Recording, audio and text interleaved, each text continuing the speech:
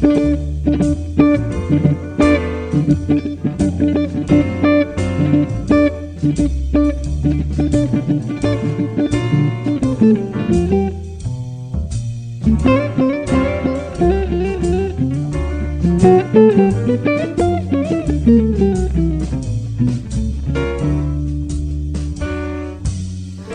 welcome to my channel. I'm Steve Down. This is my guitar. We are on the last episode looking at Wes Montgomery's D Natural Blues. We've already looked at the head and the first 4 choruses of his solo, and this is the final chorus of his solo. Last week we looked at his use of octaves, which was pretty exclusive for that solo. There was nothing else apart from octaves. This week is exactly the same. It's slightly less technical, I'd say, this week. Although we do again have another flurry at the end of the piece, but I think it's slightly more kind of repetitive in terms of the phrases that he uses, so there's not so much to remember, but we'll get into that as we get into the rest of the lesson. Thanks so much to all of you guys who are subscribing, liking and commenting. I really appreciate the support. And thanks to my patrons. I really appreciate your support that you've given me since I started doing this properly at the beginning of lockdown. Thanks to everyone who's signed up so far this year. This isn't going to be the last one. There's going to be one more lesson before I take a short break over Christmas. But I just want to say a massive thanks to all of you guys for supporting me.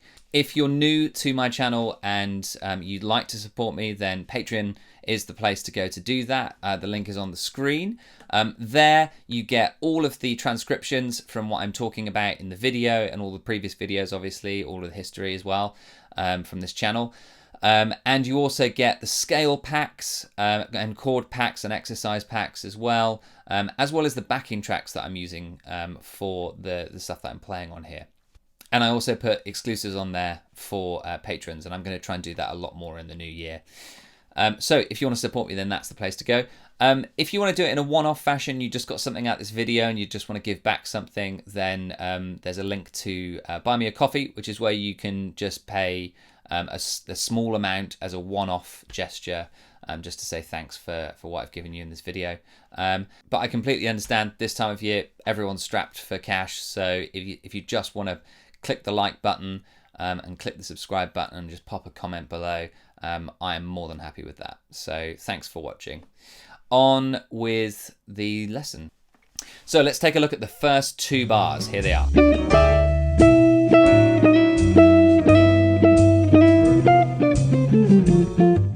So in these first 2 bars, this is fairly simple. It's more displacement. We looked at this last week. Basically, displacement, rhythmic displacement, is basically where you take an odd rhythmic grouping and continue repeating it until it resolves naturally, or until you jump off the train like Wes does early and just resolve it yourself. So here, what he's playing is, if we kept going with this to its natural resolution, this is what it would look like.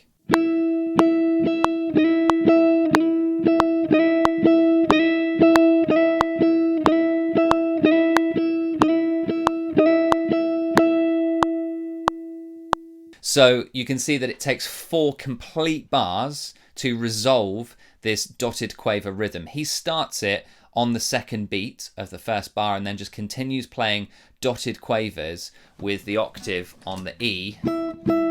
And Wes doesn't actually follow it through to its natural conclusion where it resolves back onto the 1.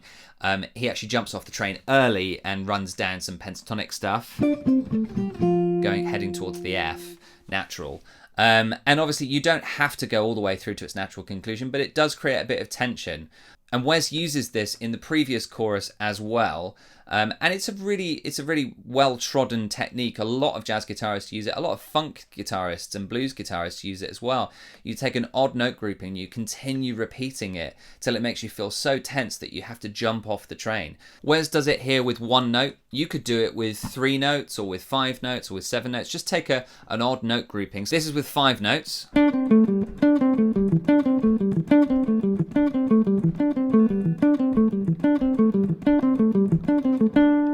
See, I'm jumping off the train again, but it just really keeps you kind of like on edge until you resolve it. And Wes resolves it really well here by running down some pentatonic vocab, heading for the F. So let's take a look at the next couple of bars where Wes continues on from that F natural note. Here they are.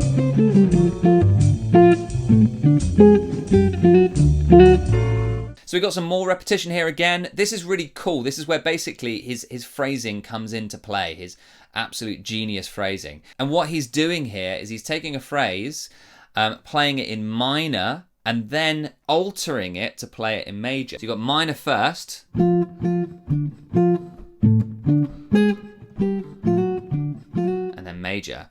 So F natural, and then F sharp. So he's hanging around that F natural, the first bar, and then to draw your attention to the fact that we're going to be moving to a 4 chord, that G7 in a minute, he's basically making that minor a major and drawing your attention to the fact that D7 is going to be the functioning dominant.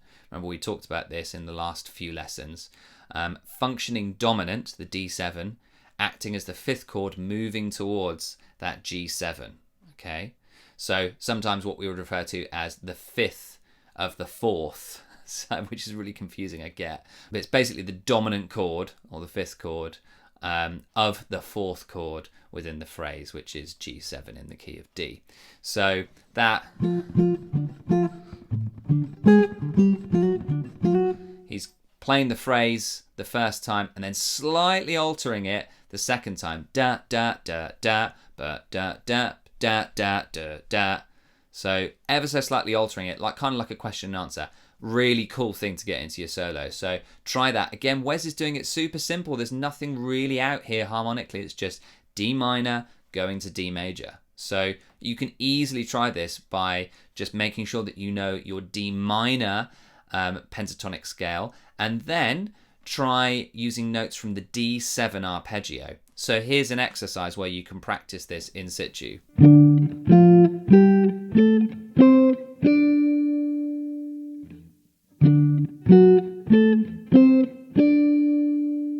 This is another example of how what I said last week figures, which is basically where the 3rd is the most important note within the arpeggio. You can learn your arpeggios, and that's a really good thing to do. But if you're going to learn any note from the arpeggio, it's going to have to be the 3rd.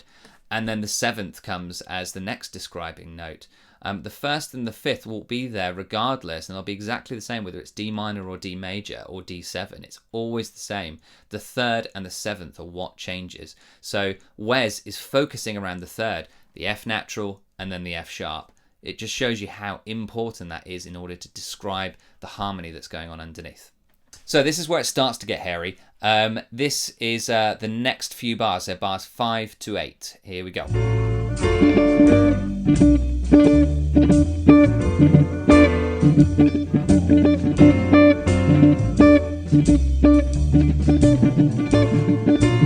So here we've got Wes's thumb technique, his ridiculous thumb technique. Now last week it was all down strokes. This week he's using down and up strokes. I couldn't find a live video of him playing this on YouTube because I wanted to analyze it. But I think he is moving like that. So he's going... I think he's doing that. But if you're struggling with that, another way around doing that is basically to fret it like this. So first finger on the 5th fret, 5th string, the note of D, and then second finger on the 3rd string, 7th fret, also the note of D, and then if you can stretch up with your pinky onto the 10th fret, you could then not have to move your left hand at all. You're just going to have to make sure that you loosen the grip on that first finger to just touch the string and mute it so that you've got the ability to be able to strum everything. I'm kind of touching the 5th and also the 6th string there. So this is quite technical. It's a technical way to basically not have to do so much work. You can weigh up whether it's going to equate to less work or not. But essentially, I think this is a cool way of doing it. I don't do that. I do this.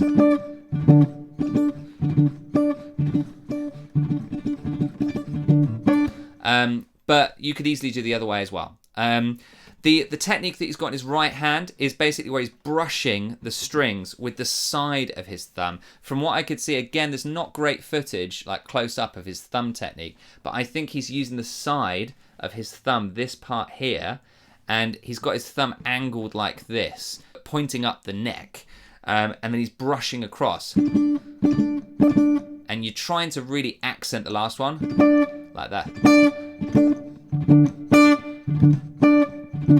On the screen, and also for you Patreon people who have the PDF, you'll see that in the exercise that I've done there, which is basically just the isolated couple of bars, I've put all of the strumming markings on there. So try and slow it down, play it along with a metronome. Wes isn't necessarily rushing here, but he's just playing like super quick phrases. And it's not, if you slow it down, I slowed it down on transcribe. If you slow it down, it's not exactly the same rhythm every single time. But I haven't got that zealous on my transcription. So I've put it as the same rhythm each time. But just remember, he is kind of speeding up and slowing down ever so slightly when he's playing it, because he's getting excited and he's basically just trying to play that da-da kind of galloping rhythm as quick as he can. Again, we've got displacement in here again. So this is Wes. I think Wes just kind of comes up with this idea of displacement kind of around the end of chorus 3 to chorus 4, and then just runs with it. And here we've got like a dotted crotchet grouping of notes, and you'll see that on the screen here. And he does run that for quite a few repetitions, but I think again he jumps off the train early. You don't have to take the displacement to its natural conclusion where it resolves back onto the 1. Wes actually resolves it by again running down some pentatonic, heading towards the E minor 7, and that's this bar. I mean, very simple thing here that he's doing. Again, you're probably tired of me saying it, but it's the third. The thirds come back again. So basically the chord is that E minor 7, and he's resolved his line onto the G natural to make sure that he's spelling out that chord. And so for you guys that are trying to target all of your special chord tones, which is the thirds and the sevenths, here's the E minor 7 arpeggio, and make sure that you know where the third and also the seventh are.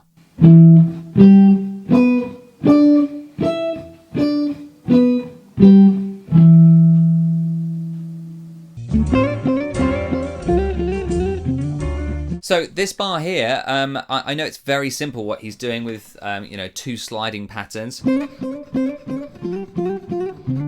What I think is really important and worth talking about here is the fact that melody is key, and phrasing is key here. The chord that is underneath is an A7, and the notes that he's playing are D and G, which is odd. The G works because obviously that's the 7th of A7, but the D isn't actually part of that chord.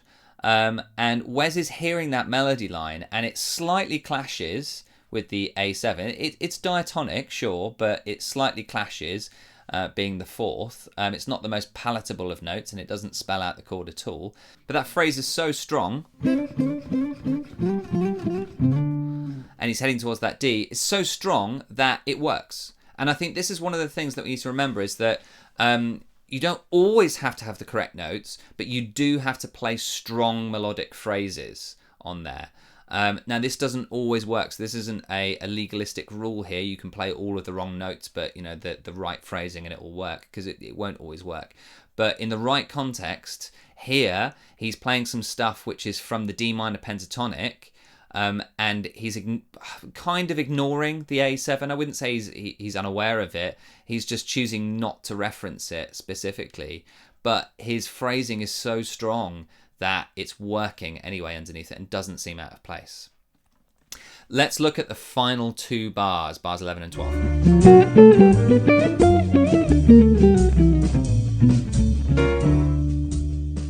Now, what he's outlining here is what we talked about quite a few lessons back, which is the gospel lift. And what that gospel lift is, what the chord changes are, is D7, G7, G sharp diminished, and then heading towards a D7 with an A in the bass, and then an A7 itself. And then that takes us to the bass solo. So D7, G7, G sharp diminished, D7 over A, and then A7 there. And that's known as a gospel lift there, mostly because of that G sharp diminished going to the second inversion D7 on there. And what he's basically doing, it sounds like he's playing some really out there stuff, but he's actually not. He's just outlining those chords. So that first part that he plays, that is him outlining the D7 going to the G7. So G, and then B, which is the third of G, And with this line, he's just outlining G sharp diminished, whole half, the whole half diminished, which it basically goes with that G sharp diminished chord. That's what he's doing there. Okay, and then the next, what he's doing after that is basically that clever thing that I said I saw Martin Taylor do once, where he's basically approaching each note from the triad from a semitone. I talked about it from a semitone below. What he's doing now is he's doing it a semitone above. And he's doing it with a flat 9 in there. So approaching the 5th from a semitone above, B flat down to A, the semitone above the 3rd, which is G to F sharp. And then he's basically going to the flat 9 to create a little bit of cool altered stuff. So he's going from E to E flat, the flat 9 of D. And then just a nice phrase to strongly round off the chorus. So approaching the B, A, C sharp, D. So that was a quick whistle-stop tour of that chorus. There's not a huge amount in there. I think the main things are just the fact that he's using the thirds to spell out an awful lot of stuff, and he's using displacement. And obviously we've got that technique in the right hand as well that we need to think about.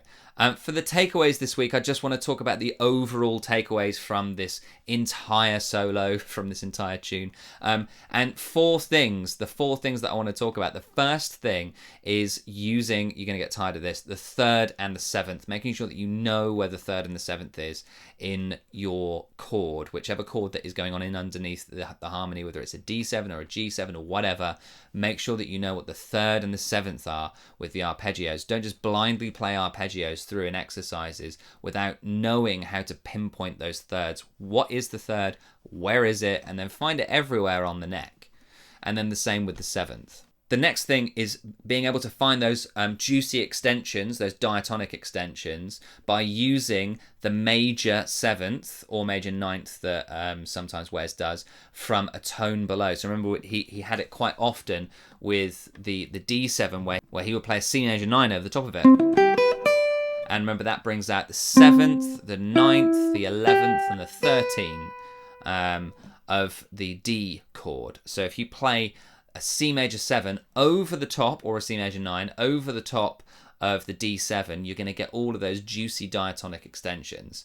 And he also does it with that cool tritone lick, which is the third thing that I want to talk about. It's that really amazing line that Wes uses quite often in his solos, which is using the Tri-Tone Substitution. And here, remember, he was using, the first thing that he used was basically that major 7th from a tone below. So the chord that he's doing this over is a G, and he's playing an F major 7 over the top of it, bringing out all of those juicy extensions, 7th, 9th, 11th, and 13th.